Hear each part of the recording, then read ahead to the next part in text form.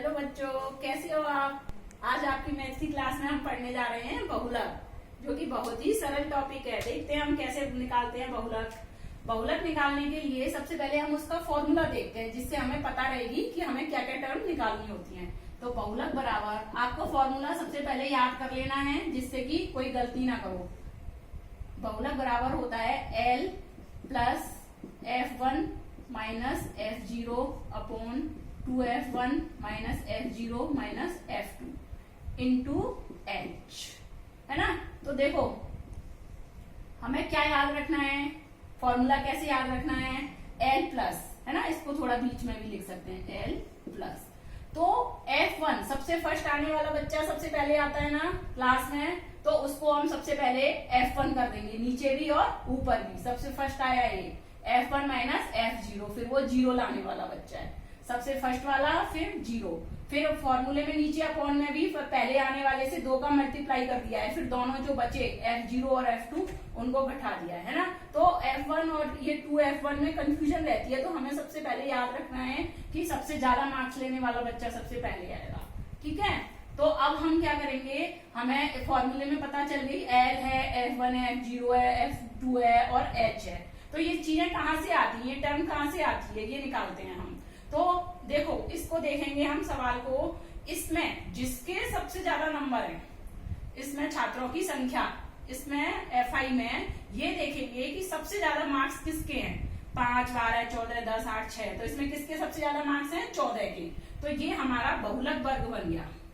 इसको क्या बोलेंगे, बहुलक वर्ग, बहुलक वर्ग, ठीक है। तो बहुलक वर्ग में जो सबसे ज्यादा मार्क्स लेके आया है उसको बोलेंगे F1। क्या बोलेंगे, F1। जैसा कि क्लास में होता है, जो बच्चा सबसे ज्यादा नंबर लेके आता है उसको फर्स्ट बोलते हैं, तो इसमें भी हमने उसको F फर्स्ट बोल दिया, बस। अब उससे ऊपर वाला कुछ भी हो वो हो गया F0 और उसके नीचे वाला F2, ठीक है। सिर्फ हमें ये याद रखना है, ज्यादा वाला F1 होता है, उसके ऊपर F0, उसके नीचे F2। H होता है वर्ग अंतराल।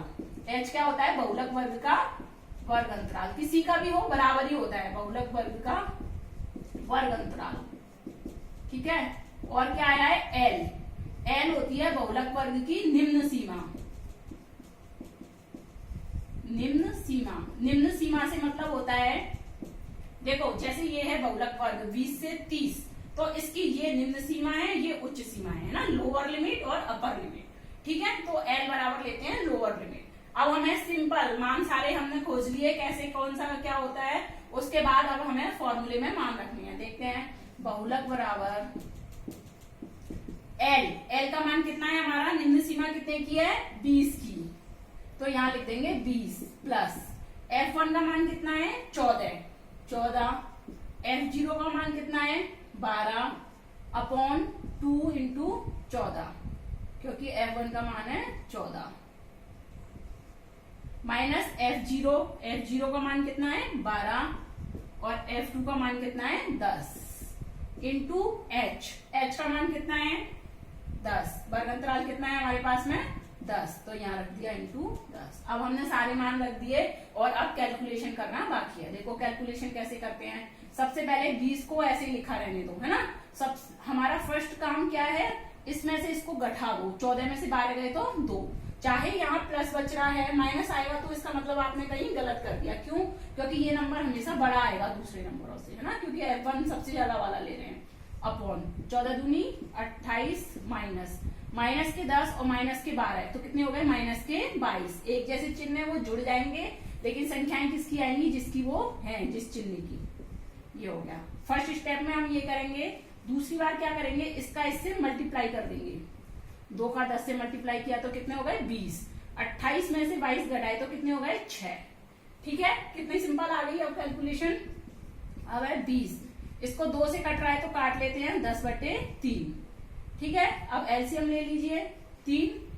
अब यहाँ 1 का भाग देंगे 3 बार, तो 20 दिया 60, 10, 70/3 जोड़ लिया हमने। अब 3 का भाग देना है 70 में, आपको डायरेक्ट आए ऐसे देखो, 3 दूनी 6, बच्चा 1, 0, 3 त्रिका 9, 1 पॉइंट लगाया, 0, 3 त्रिका 9, 1, 3 त्रिका 9। है ना, दशमलव के 2 स्थानों तक निकाल देंगे तो कितना आ गया 23.33। ये हमारा बहुलक आ गया। ठीक है, इस तरह से हम बहुलक निकालते हैं। अब बहुलक हमारा सही आया है या गलत आया है, इसको भी हम एक तरह से थोड़ा चेक कर सकते हैं। कैसे? हमारा मान आया है 23.33 तो हम देखते हैं कि हमने जो बहुलक वर्ग चुना है उसकी जो दोनों लिमिट है उनके बीच का मान हमेशा बहुलक का होता है। अगर हमसे कहीं गलती हुई होगी और अगर आ गया मान लो 30, 35, 32 तो इसका मतलब है 32.33 कुछ भी आया तो हमने कहीं कैलकुलेशन में मिस्टेक कर लिया। तो लास्ट में आप अपने सवाल को थोड़ा चेक कर सकते हैं कि जो आंसर आएगा वो 20 और 30 के बीच में आएगा। तो इस तरह से बच्चों हम बहुलक कर सकते हैं, जो कि बहुत ही सरल है और बोर्ड के एग्जाम की दृष्टि से बहुत इंपॉर्टेंट है। आप अपना रिवाइज कर लीजिए।